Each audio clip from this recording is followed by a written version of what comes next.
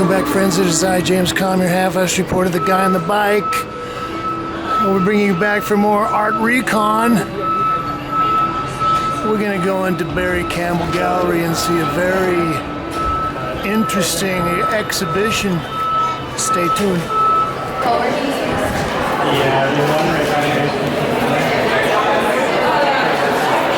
Well, the title of the show is West Coast Women of Abstract Expressionism.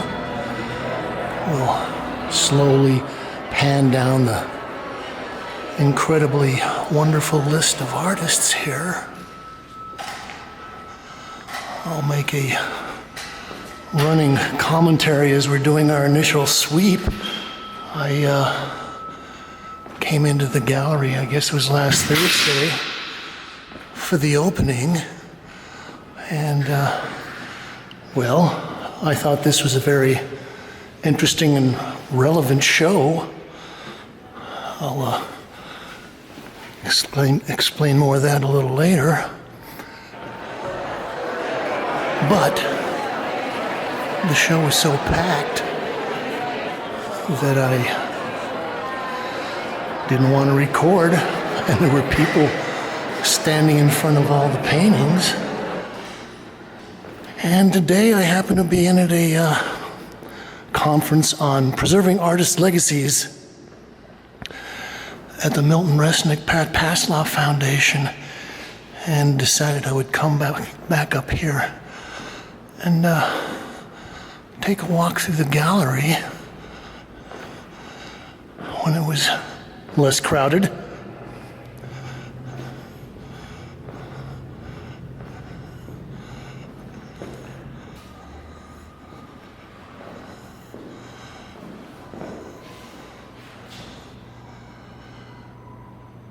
Nancy Ginn, Untitled, 1960.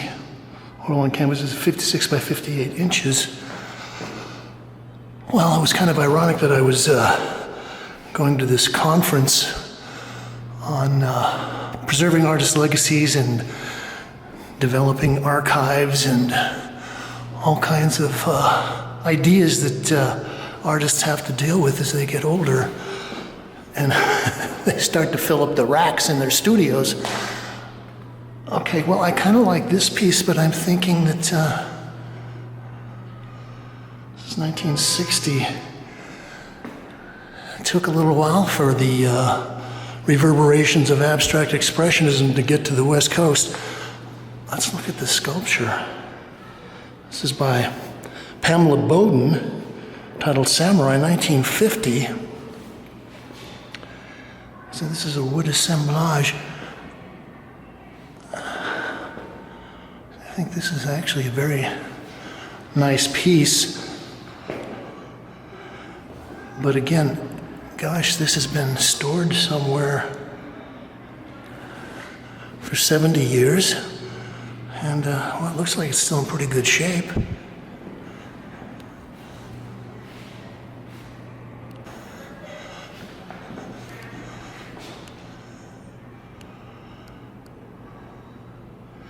Ynez Johnson, The Old Capitol, it's 1963, this is 30 by 36.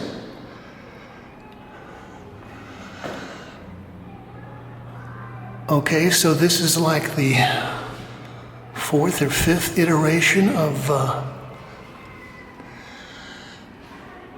women painters that has been presented here in New York in the last 4 or 5 years. I think the first one was curated by William Kerwin.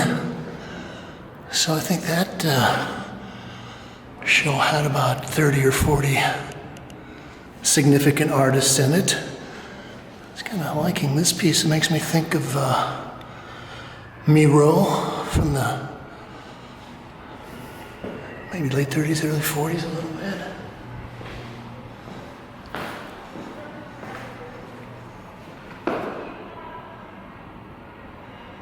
Margaret Peterson, Untitled, 1954. This is mixed media on paperboard. Anyway, so that was it, the post-war women at the Art Students League. Then there was a couple of shows at Hunter and Dunbar. This has got to be about 2 years ago, and that was all, actually it was 2 shows. First show was a gestural women painters. You can go back in the files, maybe I'll link them below in the description. And then there was the geometric artists. So I was looking at this and thinking of some of the Indian space painters, people like Stephen Wheeler, and even Will Barnett started out as an Indian space painter.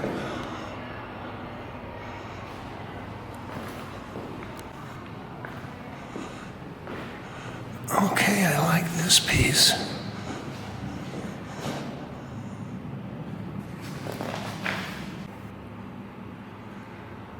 This is Katherine Barieau, Symbols of Childhood. It's 1959.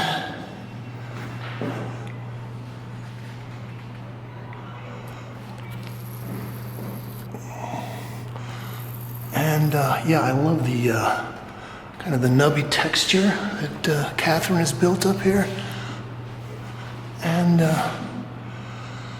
I also think it's nice the way she's built up a lot of these very intense, pure colors on a black background.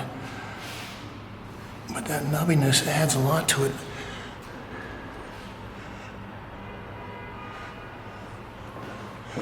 Also, I thought it was interesting that evidently this has been restretched or retouched, repaired. They've put a little, like a 1-inch margin, a new seam on the bottom of the canvas. And just the way I'm looking at this, I'm thinking Katherine must have spent a long time building up the layers of paint on this. I also like this piece, was very zippy and fresh. Frann Spencer Reynolds, 1950. I might read something from the press release a little later, but they talk about the art scene in San Francisco, and I guess there were 2 schools there, maybe the San Francisco School of Art, and then across the bay was Berkeley. And so there were a lot of people who were attracted there. I actually think Hans Hofmann went to school, or taught school there. Okay, that's kind of needs a little restoration. We got some very nasty flaking going on there. But I think that Hans Hofmann kind of set a level for expertise that they were looking for up there.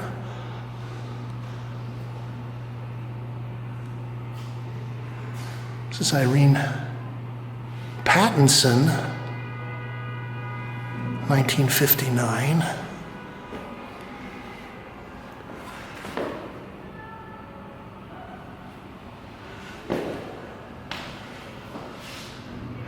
And so Hans Hofmann was there in the 30s. I think he was there when his wife sent him a letter that it would be a good idea if he didn't come back to Germany.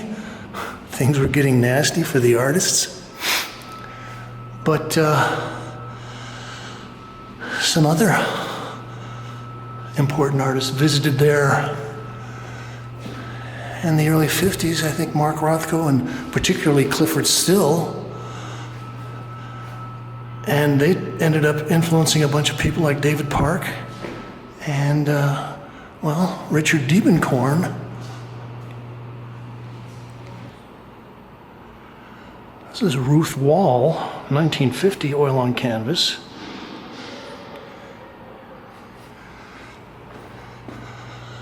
Actually, this looks amazingly fresh.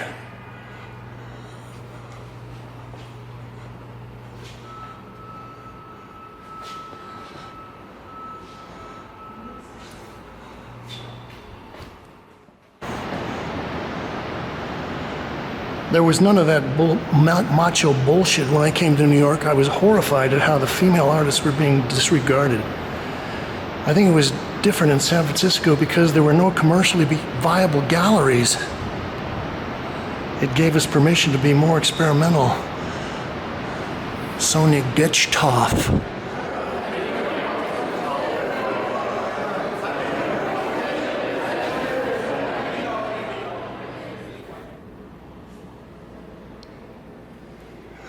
Okay, this is a major piece by Bernice Bing.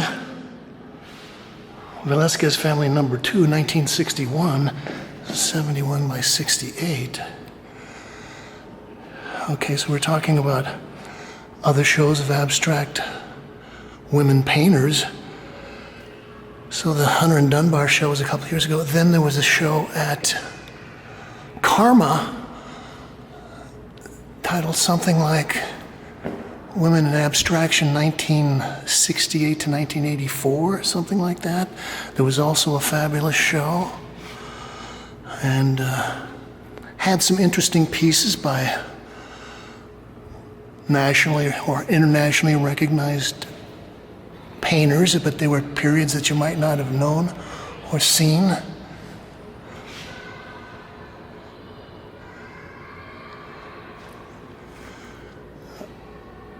Actually, I like this piece.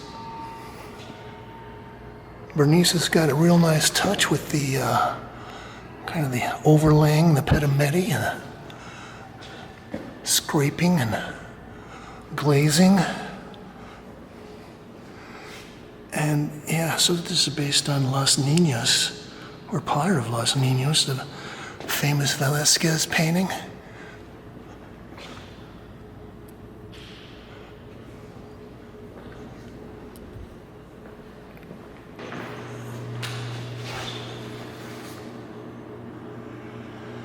Deborah Remington, it's untitled 1953, 32 by 42 inches. Many of these, well, not many of them, but several of these artists kind of established their career and went to school out in the Bay Area, but then they moved to New York at some point. I know Deborah Remington was, I think, living in Soho for many, many years. Was to say she passed away in 2010.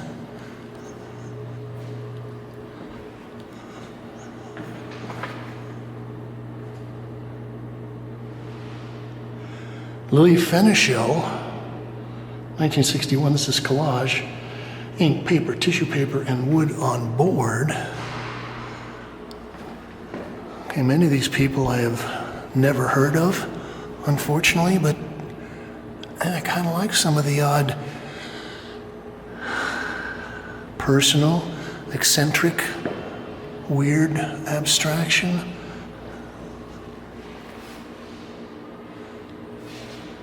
Nice color things going on. Okay, this could be matchsticks.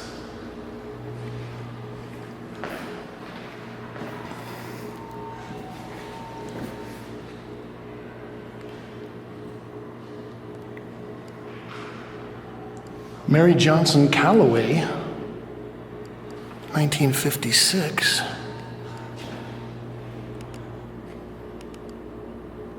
.36 by 36.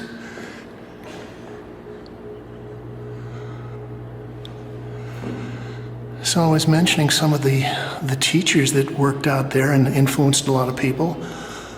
So I think that Clifford Still might be one of the more important ones, but I think Rothko was out there for a semester, and maybe Ed Reinhardt, a couple of other people. I like the color thing here, kind of the blue cast, and very slippery painting.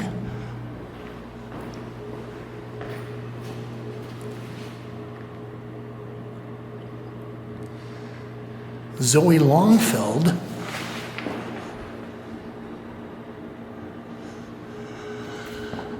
and I briefly talked with one of the people that assisted the curators, who is a California dealer, And I guess the idea for this show went back a couple of years, and well, just from an historical aspect, I think it's kind of like the capstone to the other abstract women painter shows that we've been seeing. And I'm not doing this intentionally. It just seems that right now in the New York art scene, a lot of people are trying to reevaluate the influences and the importance of marginalized artists. And so we've had a lot of shows, historic shows by female artists. This is also Deborah Remington, 1953. 38 by 28.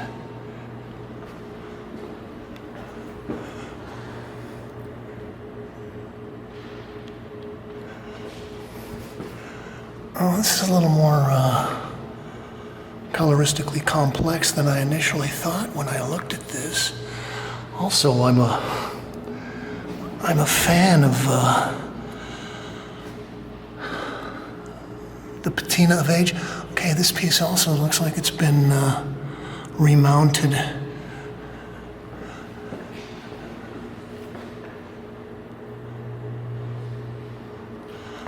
And it's also interesting to look at the artist's frames. They're always kind of funky.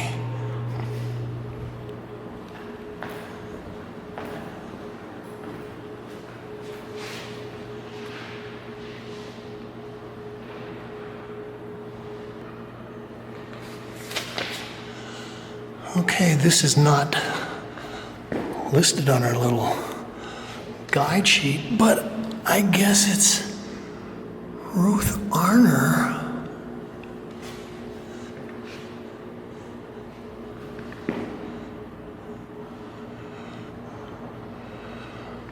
Well, one of the other things I often wonder about when I see some of these older pieces is the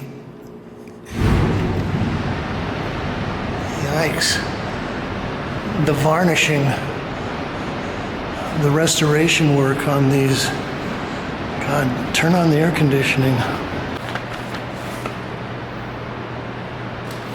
This is Claire Falkenstein. It's 1973. Welded copper infused glass. I was looking at this and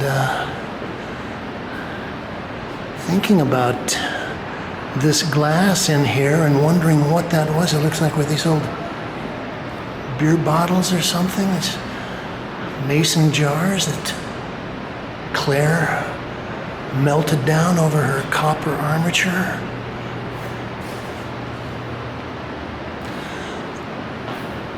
Okay, here's one of the most well-known painters in the show, DeFeo. Untitled Tripod with Drip, 1976.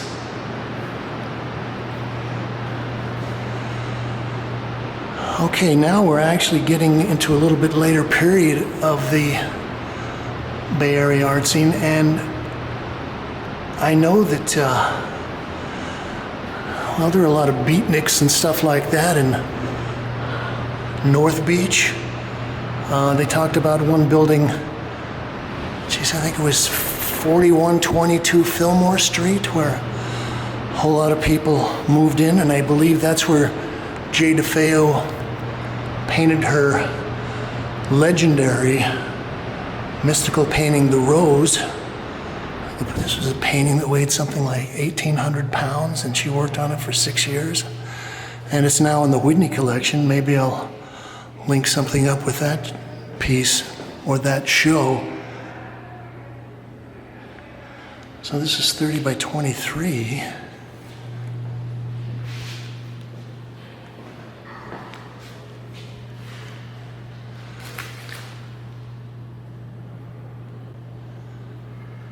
Joan Brown, reaching for that chicken at Jack's. Okay, here's another serendipitous coincidence. I think that Joan Brown either has a show that's up or it's recently closed about 2 blocks away from here at Matthew Marks. But it was Joan Brown from the 70s, so this is actually interesting. This is 1960. This is when Joan was still much more influenced by the Bay Area figuratives, the David Park people. Frank Lobdell, I think was his name. Maybe we'll splice in a few glimpses at the kind of the figurative enamel pieces. Yeah, I was talking to the gallerist at Matthew Marks about the Joan Brown show over there, and he was saying that, well, the paintings are large, but she also was painting with enamel, and he said that she did that because she couldn't get enough oil paint. But I'm looking at this and thinking that, yeah, it looks like she could lay her hands on some enamel or some oil paint when she wanted to. Let's go into the large gallery now.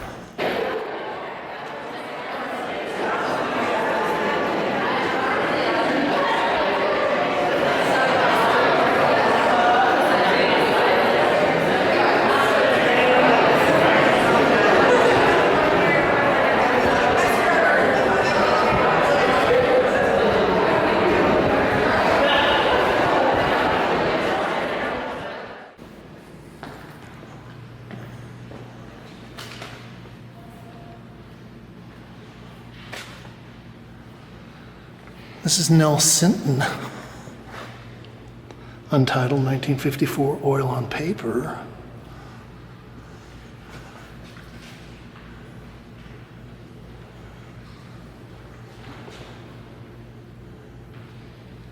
It's kind of landscapey.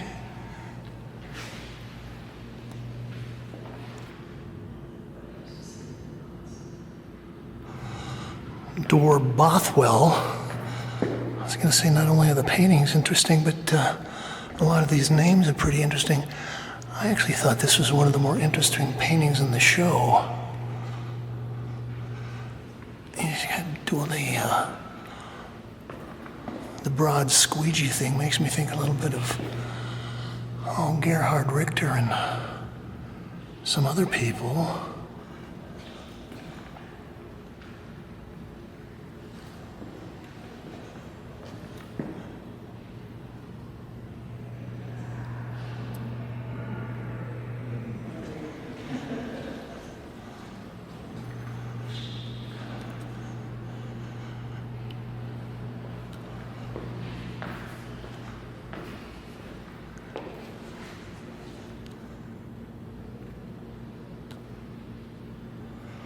Emiko Nakano,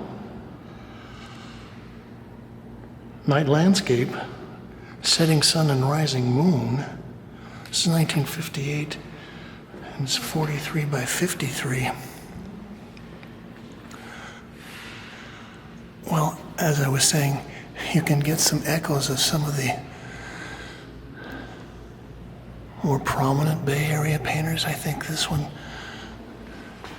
kind of refers to Diebenkorn. I think a lot of people are suffering from the anxiety of influence, as Harold Bloom would say. People like Diebenkorn and Clifford Still.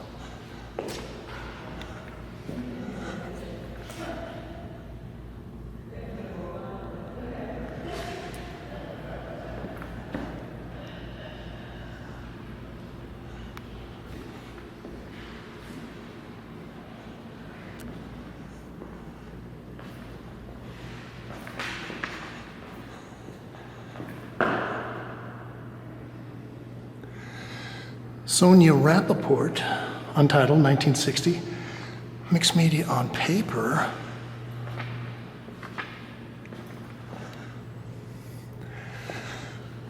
Well, I spent a little time in San Francisco in the late 60s. I ran away to hang out at a commune on Middle Street in the Fillmore district. So, yes, San Francisco has always been close to my heart. And then I did pay attention to the Bay Area funk artists. Masako Takahashi. This is 1961. It says that Masako was born 1944, 1961. She was only 17. Is that right? Something like that.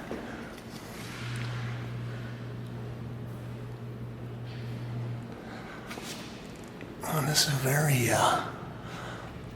brusque, urgent physical painting.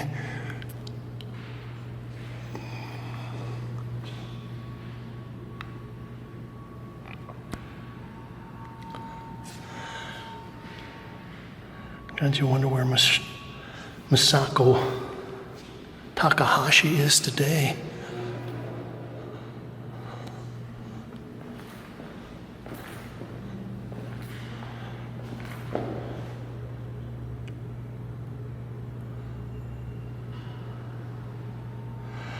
Adelie Landis Bischoff.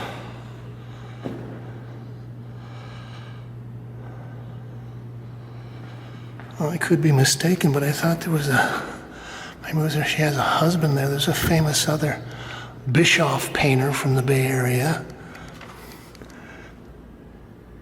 This is still life number 2, 1953, oil on canvas.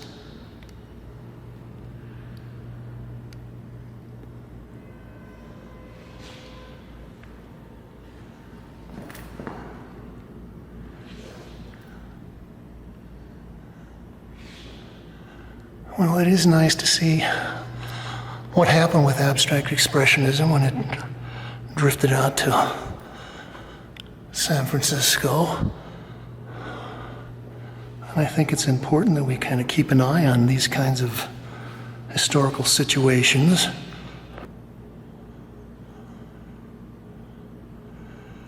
Sonia Gechtoff, The Chase, 1959, oil on canvas.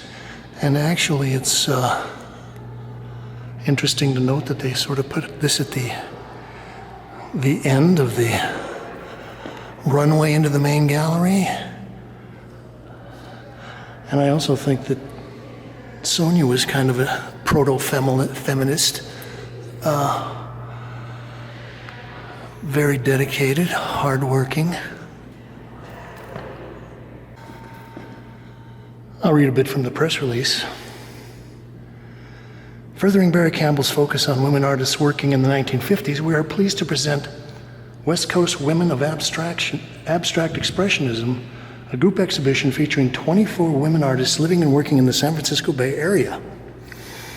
After World War II, the avant-garde art world shifted from Paris to New York, making the downtown scene in New York the center of the abstract expressionist movement.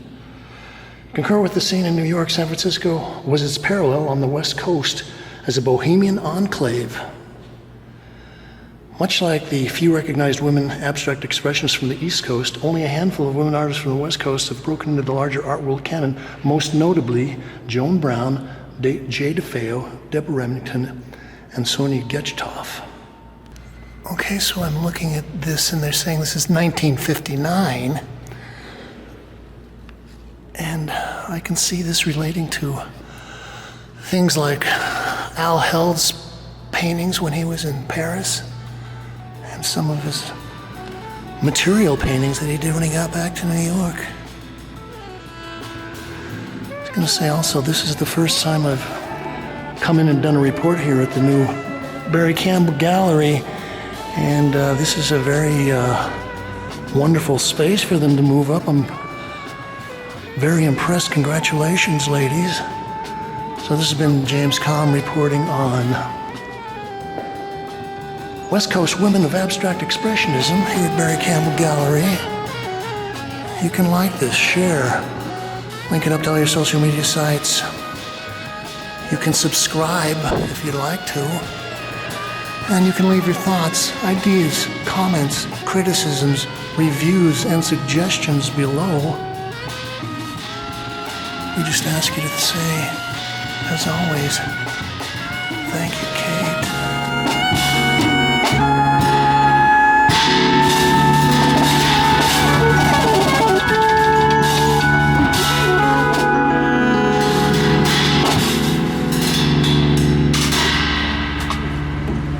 Thank you.